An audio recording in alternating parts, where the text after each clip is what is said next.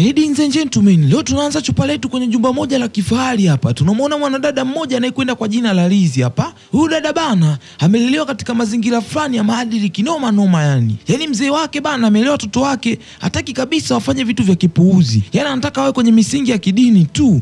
Bana. Sasa mwanadada bana kile kitu kaka kinamkata vibe. Maana yeye anatamani kuwa kama wasichana wengine wanavyoishi. Bana hapa kama amemwalika msela wake hapa. Hasa alipomvusha akamuingiza mpaka geto kwake. Mwanadada kama enjoy sana kumleta mshikaji. Maana anatamani kabisa afanye yale mambo yetu. Maana hajai kufanya kabisa.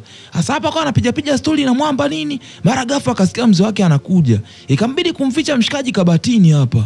Bana, afu akajitupa kitandani. Ili mzee akija ajue kabisa alikuwa amelala. Basi mzee akaingia mpaka ndani pale. Alipoingia bana, kumbe ndo maana anamuita masaa yote haya haitiki, kumbe kamepumzika. Basi mzee akachana naye pale akajisepea zake. Basi baada bidada kugundua mzee wake kasepa akanyanyuka akamfungulia mwamba.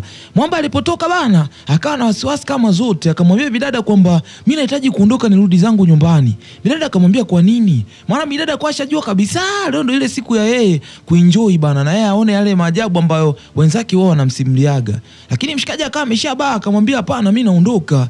Basi kambidi tu kumtoa pale mwamba akajisepea zake.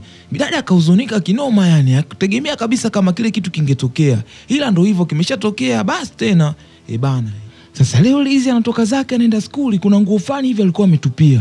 Hasa anaposhuka chini hapa anamkuta mzee wake anagonga zake chai. Mzee akawaka naye akamwambia nguo gani unanivalia kwangu? Yeye unaenda kuvaa nguo za nusu uchi na kuomba rudi ndani ukabadili uvae nguo za heshima, umenielewa? Hapa sio kwa hapa kwangu sio dangulo.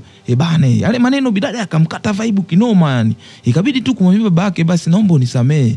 After hapo bidada akamerudi zake ndani kubadili nguo zake hapa. Bana. Sasa baada ya muda kupita tunamuona Lizzy yuko na rafiki yake hapa. Hapo wako kwenye ndinga wanaenda zao skuli hapa. Sasa yule rafiki yake bana anaitwa Sandra. Sasa Sandra anamwambia Lizzy kwamba mavazi unayovaa bana hayakukai kabisa, yani hayakukai poa. Yani wewe ni mrembo lakini mavazi unayovaa ni mavazi ya kiutu uzima bana. Bana, hebu badilika. Ndio maana hata washikaji hawakuoni sababu mavazi unayovaa bana yanakuficha kabisa.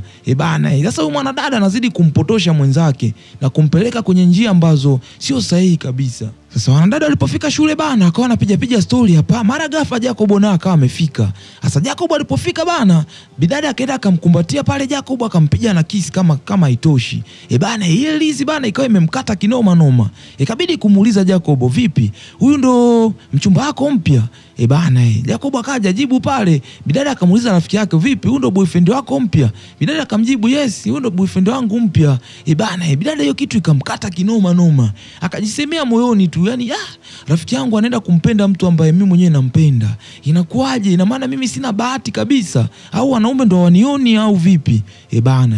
Basi bidada ikabidi kujisepea zake pale. Sasa Jacob ikabidi kumfuata hapa bidada, lakini bidada ikabidi tu kumpotezea akaenda zake darasani. Sasa wakiwa darasani hapa Jacob na Sandra pia wako sehemu moja. Sasa ile kitu Lizzy inamkata vibe kinoma noma. Lakini Jacob akiwa pamoja na Sandra hapa, lakini jicho lake asilimia kubwa linamtazama Lizzy huku nyuma.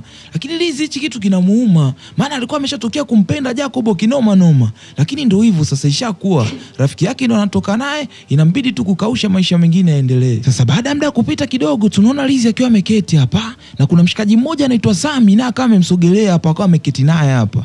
Bana, yule mshikaji bana aliwahi kufanya show moja hivi, babake Lizzy akawa amemchukua amemweka rock up. Sasa hicho kitu mshikaji kaka kimemuuma kinoma noma. Na hapa anajisogeza kwa bidada, ana lengo lake fani hivi anataka alipize kisasi. Bana.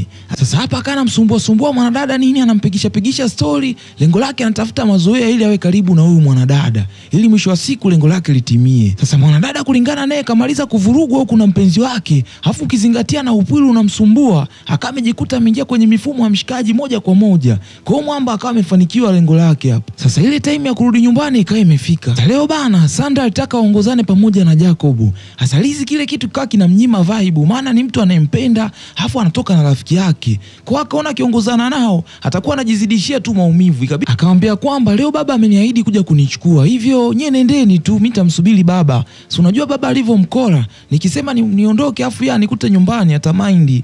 Bana, sasa ikabidi tu kumwacha pale. Wakawa wamejisepea zao, lakini kile kitu bana Lizzy bado kinamuuma, ila ndio hivyo tu. Hasa atafanyaje? maji. Sasa baada ya kina Jacobo kusepa, bidada ikabidi naye kujisepea zake hapa. Sasa kipindi yuko na rafiki yake mwingine hapa wanasepa, akamkuta mwamba yuko kwenye gari pale, akamuita. Basi Lizi ikabidi kumfuata, maana si anamkubali na anahitaji kuingia kwenye mifumo yake. Ikabidi kwenda, basi muuni akamchukua bidada hapa, akamdrop mpaka nyumbani kwao. Sasa bidada alipofika ombana, sister yake ikabidi kumuuliza, "Vipi, mbona leo umechelewa sana?" Sasa ule unyonge bidada leo onyesha, sister yake akawa amejua nini kimeendelea, akamwambia kwamba, "Mimi naelewa kabisa mna mahusiano na Jacobo. Na ile siku mmeingizana huko ndani, nilielewa kila kitu kilichoendelea. Hivyo hawezi kunificha kitu." Basi bidada akamwelezea kila kitu ambacho kimetokea. Sister yake akamwambia kwamba kwa mavazi unayovaa ni haki wanaume kukukataa. Hivyo hamna namna, inakubidi tu ubadilike ndugu yangu. Basi bidada akamwambia kwamba mimi naamini mimi ni mzuri kuliko Sandra, ila sijui ni nini kilichoendelea. Dada yake akamwambia hapo inabidi uelewe tu, mavazi unayovaa hayawavutii wanaume, ndio sababu inapelekea mpaka rafiki zako wanakunyang'anya maboyfriend. Sasa bidada kama tunavyomjua ni mtu wa kufuata ushauri bana. Kwa kodi alizopewa na sister yake aliziokota na hapa anazifanyia kazi. Mwanadada anajipiga makeup kama yote nini, anatupia viwaro vya mjini bana, ili mshikaji yoyote atakayemtazama aone kweli ni piskali. Kama haitoshi sasa jaribu kwa mshikaji pale, kwa anataka mshikaji naye asimkatae. Hivyo anataka atoke ghetto amependeza, yani amewaka kinoma noma. Sasa tunarudi kwa Jacobo na Sandra huku. Sasa Sandra bana leo yuko na Jacobo ghetto kwake. Sandra anachokitaka hapa ni minyosho tu, lakini Jacobo bana anaika sababu zisizoeleweka, kiasi kwamba bidada anashindwa kumuelewa mwamba ana tatizo gani. Basi mshikaji kama haitoshi akanyanyuka akajisepea zake. Hicho kitu kikamkata bidada vibe kinoma noma yani. Maana anamuonyesha kabisa mshikaji kwamba anahisia naye, lakini mwamba asijali hisia zake akawa amesepa. Sasa huku kwa Lizi bana tunamuona akiwa ameshatoka chumbani kwake yuko sebreni hapa. Sasa Mshua alipomtazama akamind, akamwambia mavazi gani leo umevaa? Ukimtazama kweli bibie kawaka na katupia kago za kidunia kabisa, kapiga wigi nini.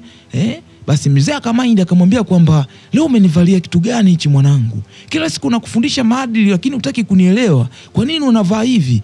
Basi Lizi leo akajaribu kumweka mzee wake sawa, akamwambia kwamba kuvaa hivi haimaanishi kwamba ninaenda kufanya matendo ya kiuni. Hapana babangu. Na isitoshe mbona hili vazi liko vizuri tu na ni vazi la heshima? Yaani wewe ndio umelielewa vibaya tu.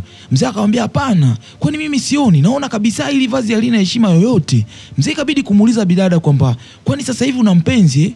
Ina maana itakuwa una mpenzi ndio anayekufanya unaanza kuvaa mavazi yasiyokuwa na heshima. Basi dada yake akacheka pale. Bidada akamwambia hapana mzee wangu, mimi sina mpenzi na sina ratiba kabisa ya kuwa na mpenzi kwa wakati huu. Bidada akamsaundisha pale mzee wake mpaka mzee wake akamuelewa. Ikabidi leo kumwacha avae hivyo hivyo tu alivyovaa. Sasa bidada anatoka zake nje tu hapa, anakutana na mwamba amepaki chuma hapa, anamsubiri ampe lift ampeleke shule.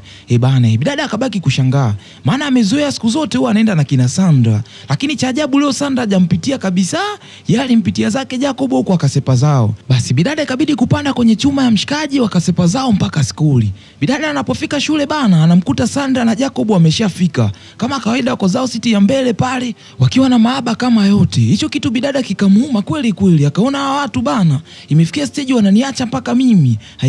Basi tu bana. Sasa Sandra alipogeuka akamuona Lizi, kabidi kumsalimia pale. Jacobo naye akageuka akamsalimia.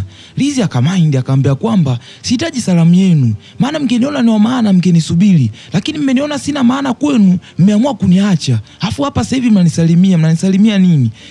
Bidada akawaka pale.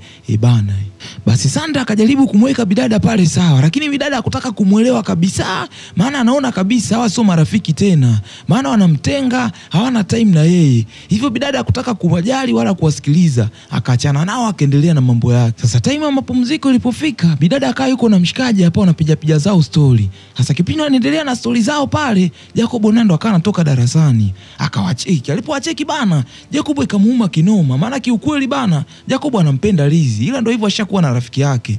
Jacobo ikabidi kutoka akamfuata hapa bidada, akamwambia kwamba sitaki uwe na mazoea kabisa na huyu mwamba, sitaki kabisa. Akamwambia mshikaji kwamba naomba ukae mbali na huyu demu, umenielewa Basi bidada ikabidi kumvuta Jacobo na kumweka pembeni hapa. Bidada akamwambia Jacobo kwamba sitaki unifuatilie, kwani shida ni nini? Mimi na wewe tushamalizana, una mahusiano yako, naomba niache niwe huru, umenielewa Sitaki kabisa unifuatilie. Bana, Jacob hicho kitu kikamuuma kinoma noma yani. Jacob akamwambia bidada kwamba huyu mtu ambaye unataka kuwa naye urafiki sio mtu mzuri kabisa, ana mambo ya ajabu. Bidada akamwambia kwamba haijalishi, ndio nishaamua bana, nachokuomba fanya mambo yako, niache niwe huru na mambo yangu. Bana. Sasa baada ya pale mwanadada akawa ameonana na Sandra hapa. Sasa Sandra anamwambia kwamba jana bana nilikuwa na Jacob geto kwangu, na kidogo tu tungenyoshana minyoosho, lakini kwa bahati mbaya bana Jacob akawa amepata dharura akawa amesepa. Ila anakuambia kabisa next time ikijitokeza lazima mambo yaende poa. Bana, sasa bidada bana anamsimulia mwenzake hapa, anamtamanisha ili afanye mambo ambayo kama yeye anayafanya. Akamwambia kwamba natamani kuona na wewe ukiwa na mpenzi wako, hivyo jitahidi bana na wewe upate bibi wako nini ili minyoosho yeye inaenda poa. Bidada akamwambia kwamba na imani na mimi wa kwangu anakuja, kwa hivyo siku sio nyingi na mimi nitakuwa na bibi wangu. Bana, stories zikaendelea pale kama nini, maisha yakaendelea. Sasa time ya kurudi nyumbani ilipofika, Sami akaja kumchukua bidada ili wasepe naye. Bidada akamwambia rafiki zake kwamba huyu anaitwa Sami, ni rafiki yangu. Bana, bidada ikabidi kumsalimia pale, akamwambia hai Sami. Sami naye akamsalimia pale nini, maisha yakaendelea. Kama itoshi, bidada akamwambia kwamba leo mimi Sami ndo atanipeleka nyumbani, hivyo kuweni huru tu na mambo yenu, mimi leo naondoka zangu na Sami. Basi Jacob kile kitu kikamuuma kinoma noma yani, maana alimwacha bidada lakini kiukweli bado anampenda sana tu. Basi wanapofika home bana, Sandra anajaribu kumwambia Jacob kwamba itakuwa Liz na Sam kwa sasa ni wapenzi, maana haiwezekani kila siku wanabebana. Bana, sasa Jacob akawa ameganda amjibu wala nini. Bidada Sandra ikabidi kumgusa, amwambia vipi? Kikaja ile maneno ambayo bibi alikuwa anamwambia hapa akawa kama inamkera sana, ikambidi kunyanyuka na kusepa zake. Sasa huku kwa Liz bana leo yuko na Sami nyumbani kwao hapa. Sasa wakiwa wameketi hapa, Sami akawa anamshawishi bibie kwamba alete pombe nini wachangamshe kichwa. Sasa bidada akamwambia kwamba unajua sisi hapa kwetu baba yetu haturuhusu kabisa kutumia vitu kama hivi hapo, lakini marafiki zangu wanatumia, ila mimi sijawahi kabisa na naogopa, maana nikifanya hicho kitu baba atanifumua kweli kweli. Basi mshikaji akacheka pale akamwambia kwamba we kalete bana, kwani tunakunywa sana, tunakunywa kidogo tu, hivyo baba yako hawezi kujua. Basi bidada akawa ameshawishika pale, akawa amenyanyuka ameenda kufuata zake waini ili waenjoy kidogo pale. Hasa anapotoka kufuata zake waini hapa, ameshikilia na glasi zake, akakutana na sister yake hapa. Sister yake akamwambia kwamba hiyo pombe unaipeleka wapi? Bidada akamwambia kwamba nakuomba dada yangu, niko na mgeni wangu, naomba tu kidogo, hata kidogo tu leo tu enjoy tu kidogo tu nakuomba. Basi bidada akamwambia kwamba unajua baba kabisa hataki, na akigundua hichi kitu umechokifanya mtazinguana humu ndani. Bidada akamwambia bana naomba unifichie hii siri bana, sinywi sana, nakunywa kidogo tu ili kumfurahisha mgeni wangu. Basi bidada akajua kabisa kwamba mdogo wake bana ndo kaokota dodo, hivyo akaona simbania, akamkubalia pale. Sasa bidada alipokunywa tungi kidogo, akili kachangamka hapa bana, akabidi kumfungukia mshikaji, akamwambia kwamba natamani sana kuwa huru kama alivyo Sandra, maana rafiki yangu ana uwezo wa kwenda klabu, ana uwezo wa kuvaa nguo anayotaka, lakini kiupande wangu mimi bana hivyo vitu vyote haviwezekani, maana mzee wangu ni mkali kweli kweli, hataki nivae wigi, hataki nivae nguo yote ile ambayo iko kinyume na maadili. Kwa hivyo vitu vinaniumiza kinoma, na kama itoshi mimi natamani kuwa na mpenzi wangu, maana kuna vitu ambavyo ninahisia navyo lakini nashindwa kuvipata kwa wakati sababu sina mpenzi. Mshikaji akawa anamsikiliza bidada kwa makini sana, maana amini kile anachokisikia. Bidada akashindilia msumari akamwambia kwamba uwezi amini, hivi unavyoniona sijawahi fanya mapenzi kabisa mpaka nimefikia umri huu hapa.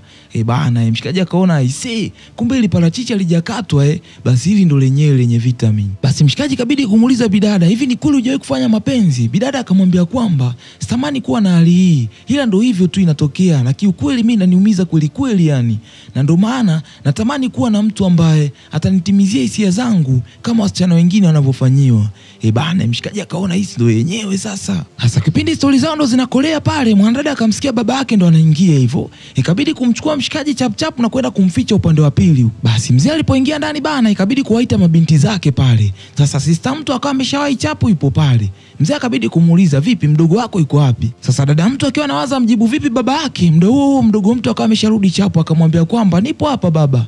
Basi mzee akafurahi sana kumuona binti yake hapa, akawa anamkumbatia. Alipomkumbatia bana akamwambia mbona unanuka pombe?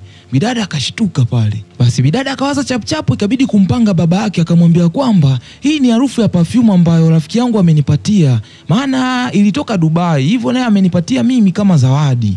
Mzee akamwambia kwamba kama ni harufu ya perfume basi inanuka kama pombe, na nisihitaji kabisa kukusikia tena siku nyingine unanukia harufu hiyo. Hivyo naomba uchukue hiyo perfume ukaitupe kabisa. Umenielewa binti yangu? Sawa baba, nimekuelewa. Itanibidi niitupe tu sasa. Basi mzee bana kama ameingia kwenye mfumo wa bidada hapa kwa hakuelewa chochote kilichoendelea. Basi mwanadada aliporudi chumbani kwake alifurahi kinoma noma yani.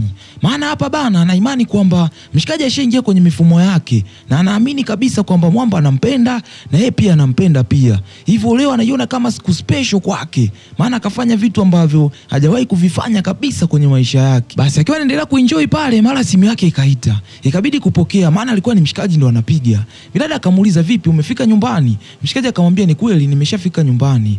Vipi uko sawa? Mwamba akamwambia yes niko poa sijui wewe. Bidada akamwambia mimi niko sawa.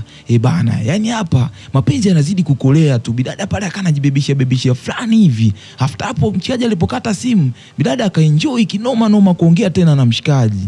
Bana basi siku iliyofuata bana bidada akatoka hapa akaenda kwa rafiki yake. Hapa akamuelezea kila kitu ambacho kiliendelea yeye na Sami. Anamwambia kwamba kwa sasa hivi na mimi na enjoy mapenzi na kama itoshi jana nimekunywa wine. Bidada akamwambia we acha kunitania. Akamwambia kweli nilikunywa wine nikiwa na Sami.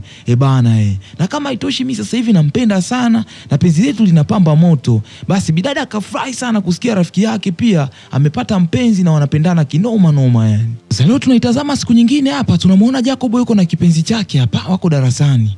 Lakini Lizi haonekani kabisa darasani. Mwalimu akiwa anaendelea kufundisha anajaribu kumwangaza Lizi amuoni. Hasa hicho kitu mwalimu akanyamaza nacho tu. Lakini mshikaji Jacob naye kama unavyojua anampenda Lizi. Hivyo wakiwa darasani pale lakini mshikaji akana mawazo sana. Anajiuliza Lizi yuko wapi? Mbona leo simuoni? Bana Sasa muda wa kusepa ulipofika Jacob ikabidi kumuuliza mpenzi wake hapa. Akamuuliza vipi? Mbona sijamuona Lizi leo darasani? Atakuwa amepata na tatizo gani? Mbona hajaonekana kabisa shuleni? Basi bidada naye akajiuliza Lizi ila kweli na mimi pia sijamuona bana. Basi Sandra akamwambia kwamba itabidi tupite mkwao ili tujue ni nini kinaendelea. Maana kiukweli hata mimi sijamuona kabisa. Na sio kawaida yake kutokufika shule. Hivyo mimi naona twende mpaka mkwao tutapata uhakika. Basi kabidi kusepa zao pale wakawa wameenda mpaka kwao Lizi hapa. Walipofika hapa bana wakakutana na dada yake. Basi kabidi pale kumuuliza dada yake pale. Dada yake akadai kwamba Lizi asubuhi kaondoka na kadai anaenda chuo na kila kitu cha chuo ameondoka nacho. Hasa anashangaa kwamba wanamwambia hayupo chuo. Ni kitu ambacho kilimshangaza sana. Na kule washikaji wanajaribu kumtafuta Lizi lakini upande wa pili huku tunaona Lizi yuko na mwamba huku. Hasa mshikaji bana anajaribu kumfundisha bidada kuvuta sigara. Bidada anamwambia kwamba hicho ni kitu ambacho yeye hajawahi kukifanya na hawezi kukifanya. Mshikaji akamwambia mbona ni kitu simple. Jaribu kufungua tu mdomo, alafu unaingiza sigara, unavuta hiyo ya kwenda ndani, after hapo unatoa moshi nje. Si bidada kulingana na mkubali mshikaji na hataki kupitwa na vitu vya town, ikabidi kukubali pale. Basi mshikaji akamgei fegi pale, bidada akaanza kupiga vyombo pale. Bana Sasa siku iliyofuata mwanadada akaingia zake chuo hapa, Jacob akamfuata hapa akamwambia kwamba mbona jana hatujakuona? Tumekuja hadi kwenu tukaambiwa umekuja chuo lakini hukufika. Mwanadada akamwambia kwamba nilikuwa busy na mambo yangu.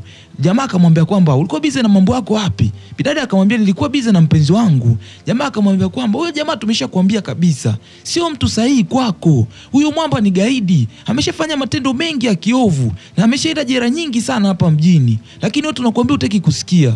Bidada akamwambia nikwambie kitu, kuwa busy na maisha yako na mimi naomba uniache niwe busy na maisha yangu. Hivyo sitaki kufuatiliwa kabisa.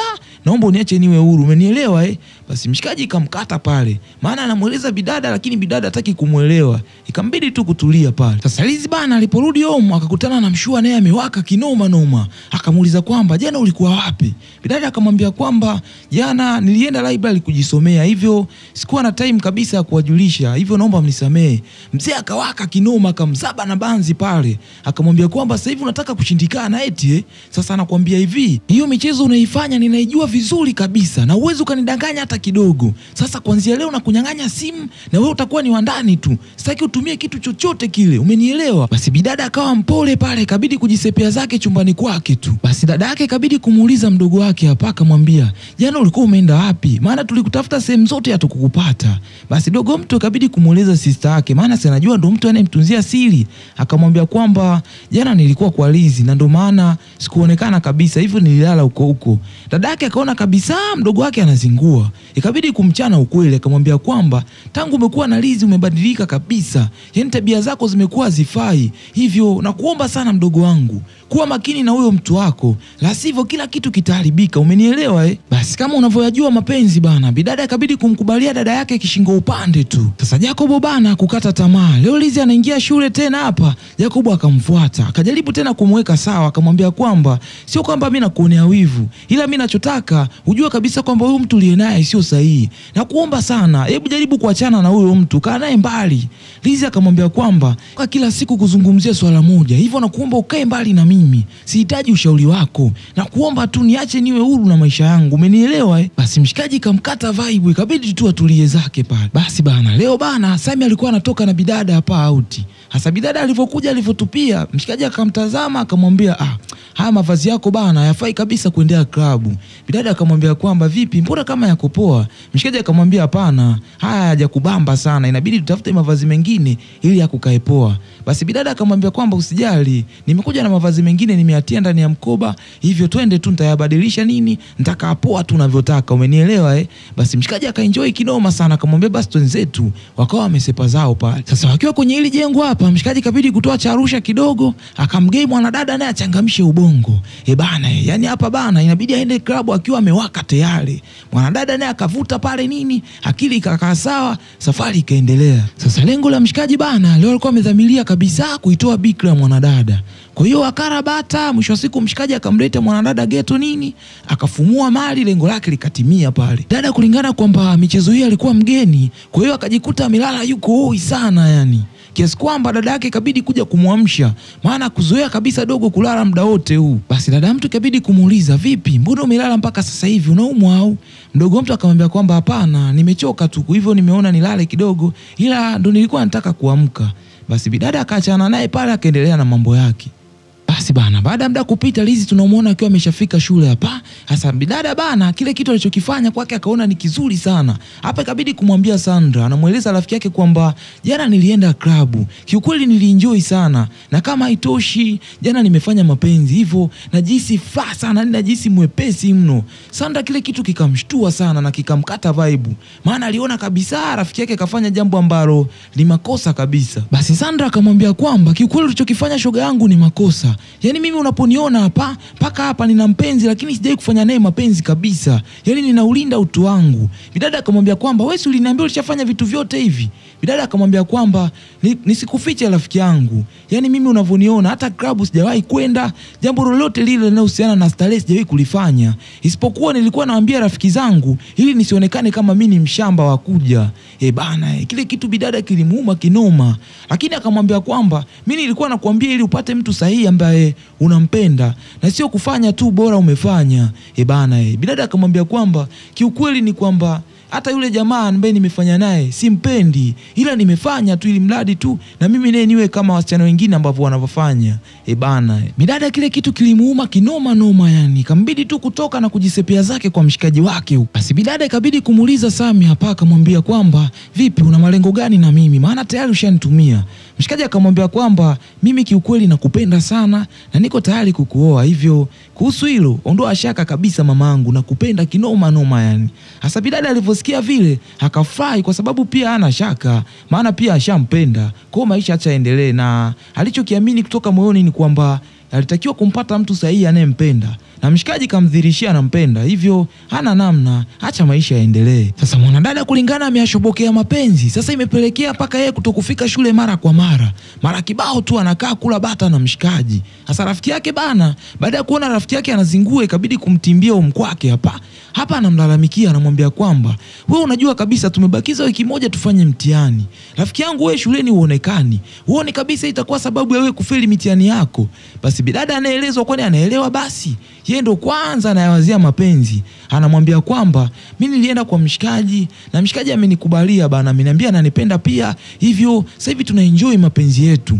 Hasa rafiki yake alivyona rafiki yake ni kiande, ikabidi kumsupport tu kwenye issue zake za mapenzi. Akamwambia kwamba hilo ni jambo zuri na mimi nilitamani kusikia kitu hicho kutoka kwako. maana mimi sikutamani kabisa uwe na bora mapenzi, bali nilihitaji uwe na mpenzi bora. Na kama amekubali kweli anakupenda, basi ni swala zuri sana rafiki yangu, na mimi nimefurahi sana kusikia hivyo. Bana. Sasa baada ya muda mfupi kupita, tunaona Jacob Nendo ametimba kwa kina Lizzy hapa. Sasa Jacob bana akawa amekuja kwa Lizzy, anamwambia kwamba kiukweli mimi nakupenda sana, japokuwa kwamba nilikuwa natembea na Sandra, lakini mimi moyo wangu upo kwako kabisa. Na kama haitoshi, Sandra amenifuata leo na ameniambia tuachane, na sababu ya kuniambia kwamba tuachane mimi na yeye, amegundua kwamba unanipenda sana, na kama haitoshi umeandika mpaka malengo yangu mimi na wewe kwenye diary yako. Hivyo mimi nimekuja kukueleza pia nakupenda sana, ila na ndio maana ninafanya kila kitu ili ujue nakupenda. Basi bidada akamwambia kwamba kiukweli mimi siwezi kuwa na wewe, sababu wewe ni mtu wa rafiki yangu, haiwezekani tena ukatembea na mimi. Hicho ni kitu ambacho kitakaa kikawezekana, sababu namheshimu sana rafiki yangu na sihitaji kabisa kukosana naye. Hivyo mimi nakuomba wewe mpende tu Sandra na sio mimi, na isitoshe mimi tayari na mtu wangu, hivyo siko tayari kuwa na wewe. Basi bidada akajikataa zake pale, akaingia ndani. Mwamba ikamkata kinoma noma, lakini hakuwa na namna, ikambidi kujisepea zake. Sasa huku ndani bana Lizzy analia kweli kweli, yani maana kiukweli anampenda sana Jacob, lakini ndio hivyo sasa, hana namna, inambidi tu kukubali Jacob apite zake hivi. Sasa dada yake akamkuta hapa, ikabidi kumuuliza, "Vipi, mbona unalia?" Bidada ikabidi kumuelezea kila kitu ambacho kinaendelea. Bidada akamwambia dada yake kwamba kiukweli ninampenda Jacob kweli kweli kutoka moyoni, lakini sasa nashindwa kukubali kuwa naye kwa sababu tayari ashadate na rafiki yangu, na mimi nikikubali kudate naye itakuwa ni kitu ambacho sio kizuri kabisa, na nahofia kukosana na rafiki yangu, ni kitu ambacho sitamani kabisa kwenye maisha yangu. Basi bidada akabidi kumbembeleza pale mdogo wake, akamweka sawa, akamwambia kwamba hebu fuata maamuzi ambayo hayatakuja kukuumiza baadaye, umenielewa mdogo wangu? Basi bidada akakubali pale, maisha yakaendelea. Sasa tukiachana na hiyo story, tunaona Sami ndo kashatimba kwa kina Lizzy hapa. Yuko na Lizzy hapa wanapiga zao mastori. Hasa kama kawaida bana, Sami ni mzee wa kumvuruga huyu bidada, anampatia miadarati fulani hivi, mwanadada anachangamka fulani hivi, anajisahau kwamba yuko nyumbani. Bana, sasa wakiwa wanaendelea na stori zao hapa, bidada kajiachia kabisa, yani kasahau kwamba mzee wake anaweza akarudi. Sasa wakiwa wanaendelea na stori zao pale, mara mzee ndo anaingia bana. Mzee anapoingia anashtuka kumuona huyu mshikaji yuko ndani kwake, kama itoshi amekaa na binti yake. Mzee akamaindi akawaka, akamwambia kwamba nani amekwambia uje ndani kwangu? Hivi bado unanifuatilia tu, unaifuatilia familia yangu? Naomba uondoke, ondoka ndani kwangu. Hasa mshikaji naye alivyoona dharau, akanyanyuka kizarau fulani hivi. Hafta hapo akamcheki tu mzee hapa, akawa amejisepea zake. Basi mzee kile kitendo cha kumkuta mshikaji ndani kwake kikao kimemnyima vibe kinoma, yani kiasi kwamba inaonesha wazi kwamba hao wawili wanafahamiana na kuna issue ishawahi kutokea. Bana, tutajua tu ni nini. Basi bidada alikamshuka pale, anashindwa mwambie nini baba yake, maana amekuwa akimwaminisha baba yake kwamba hana mahusiano kabisa wala hana mpenzi. Sasa sijui leo atamwambia nini, maana mzee amemfuma tena ndani kwake. Basi mzee akawaka pale, akamwambia kwamba ndo nini hichi mnanionyesha, yani imefikia stage kabisa mnaniletea mpaka vibaka ndani kwangu. Bidada akasema unasemaje baba? Akamwambia unafikiri nakwambia nini, huyu uliomleta ndani kwangu ni mwizi, tena ni mwizi aliyokubuu, na ndo yule ambaye aliniibia kipindi kile, na kama itoshi nilimfunga. Hivyo nahisi kifungo chake kimeisha, hivyo nashangaa tena kumkuta ndani kwangu. Bana, mmeamua kunizalilisha sio? Basi bidada hicho kitu kikamshangaza na kuamini kabisa, ikambidi kutoka na kumfuata Lizzy huku ili ajue ukweli kama ni kweli ni mwizi au la. Sasa alipofika kwa Sami huku, Sami anamwambia kwamba mzee wake alimfanyia unyama sana, na kama itoshi alimsingizia kwamba amemuibia baadhi ya vitu na akamfunga, na kipindi hicho bana alikuwa ni mwanachuo, hivyo alimharibia kabisa hadi future ya maisha yake, na ndio ikawa mwisho elimu yake ikaishia pale. Na kama itoshi mwamba akamwambia kwamba mzee wako hakunionea hata huruma, hakufikiria kama mimi ni mwanachuo na nina watu wananitegemea, ila yeye alichofikiria ni kunikomoa tu. Hivyo hicho kitu kiliniuma kinoma noma yani.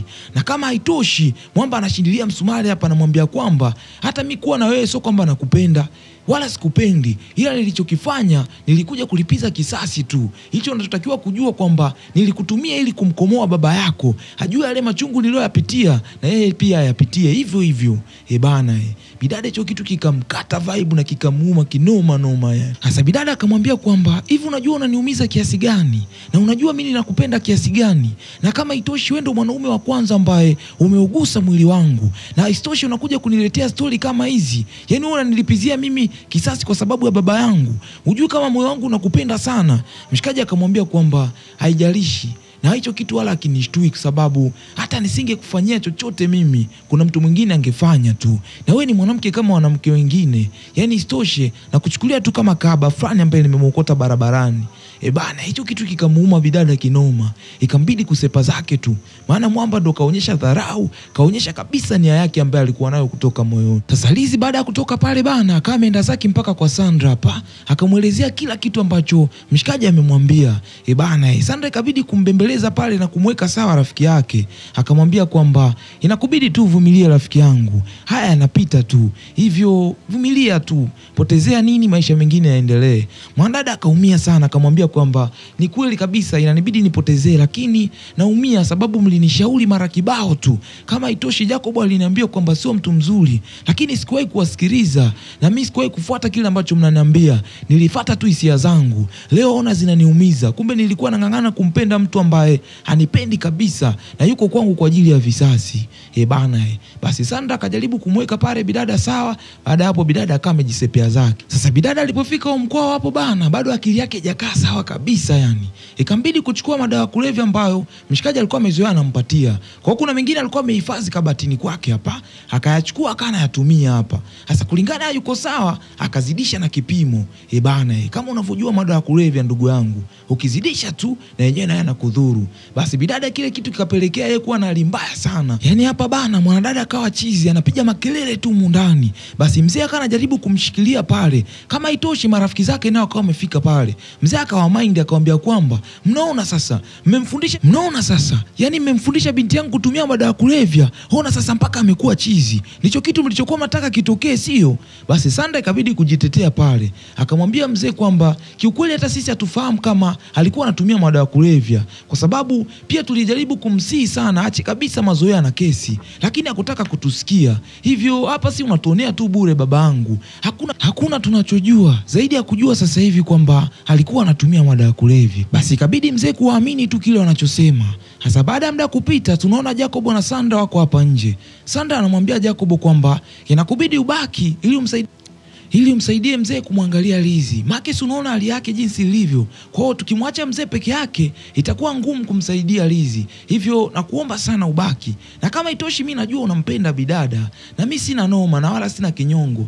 Nimeridhia kutoka moyoni mwangu kwamba nimekuruhusu uwe na Lizi. Maana najua kabisa kwamba unampenda sana Lizi kuliko mimi. Basi ikabidi kumshukuru pale bidada, kama itoshi akamkumbatia kwa kuonyesha kwamba ameshukuru kwa kuelewa kwamba anampenda sana Lizi. Sasa tukiachana na kina Jacob bana, hapa tunaona daktari ndo anatoka kumtazama Lizi hapa. Mzee akamuuliza, "Vipi daktari? Hali yake inaendeleaje?" Daktari akamwambia kwamba hali yake inaendelea vizuri na anahitaji muda mwingi sana wa kupumzika. Hivyo naomba msimsumbue kabisa, mumwache alale hivyo hivyo ili hali yake ikae sawa. Basi mzee ikabidi kumuuliza pale, akamwambia kwamba hivi ni kweli kabisa Lizi hali yake itarudi kama alivyokuwa zamani? Daktari akamwambia mzee kwamba usijali mzee wangu, naondoa wasiwasi kabisa na imani kabisa, akizinduka atakuwa yuko sawa kabisa. Hivyo na kuomba tu usiwe na wasiwasi. Umenielewa babangu? Basi mzee akamemuelewa pale bidada. Sasa Jacob bana akamebaki zake hapa, yuko na mzee akiwa anamwangalia bidada. Jacob akaona so kesi, ikabidi kumwambia mzee kwamba baba, inabidi ukapumzike tu. Mimi nitamtazama mwenyewe peke yangu. Hivyo ondoa wasiwasi. Mzee akamwambia, mimi niko sawa. Jacob akamwambia, hapana baba, usiwe na wasiwasi, mimi nipo nitamwangalia. Hivyo nakuomba tu kapumzike. Basi mzee ikabidi kutoka zake na kwenda kupumzika kwa sababu pia alikuwa amechoka kinoma noma, maana bidada akampa ekaeka kama zote. Basi mshikaji akabaki anamwangalia pale kipenzi chake. Bana, kiukweli Jacob anampenda bidada kinoma noma yani. Sasa akiwa anamwangalia bidada hapa, akashangaa bidada anamwambia kwamba kiukweli nakupenda sana Jacob. Kile kitu kikamshtua jamaa. Akamuuliza, Lizi uko sawa? Lizi akamwambia, ni kweli nipo sawa kabisa, uniamini? Kiuhakika kabisa na kuhakikishia nipo sawa. Bana, kile kitu mshikaji kikamshangaza. Kama itoshi bidada akamwambia mshikaji kwamba nahitaji tuende zetu nje tukadansi. Bana, mshikaji akamwambia poa, hamna shida, nyanyuka mamangu. Basi mwamba akamtoa zake bidada nje huku, wakaanza kudansi pale nje. Bana, hayo ndo mahaba. Ukisikia mahaba ndo mahaba kweli kweli yani. Sasa leo asubuhi Sandra amekuja kwa kina Lizi hapa. Yuko zake sebleni hapa anapiga zake story na Jacob. Hasa kana muuliza juu ya hali ya Lizi inaendeleaje. Mara ghafla akaona Lizi anatoka chumbani, anakuja amechangamka, yuko fresh. Sandra kuamini akamuuliza, Lizi ni kweli uko sawa? Lizi akamwambia kweli nipo sawa. Bana, Sandra akafurahi kinoma noma, na kama itosha akamwambia kwamba ninafurahi kuona mnafuraha na mmerejea kuwa na mahusiano mapya. Bana, mimi nawatakia safari njema kwenye mahusiano yenu. Bana, yule dada ni shujaa kinoma noma yani. Basi wakafurahi pale kwa pamoja nini, furaha ikarejea kama rote. Yani kiufupi ni kwamba penzi la Jacob na Lizzy ndo limechanua sasa. Yani penzi limebamba, linawaka moto hatari yani. Na hapa ndo inakuwa mwisho wa huu mzigo siku ya leo. Bana, ukitaka kuendelea kupata miendelezo ya kazi zetu, usisahau kusubscribe, kulike, kucomment pamoja na kushare. Utakuwa umetisha kinoma noma yani, na utaendelea kupata mitiririko ya kazi zetu ambazo tunaziachia kila siku. Bana.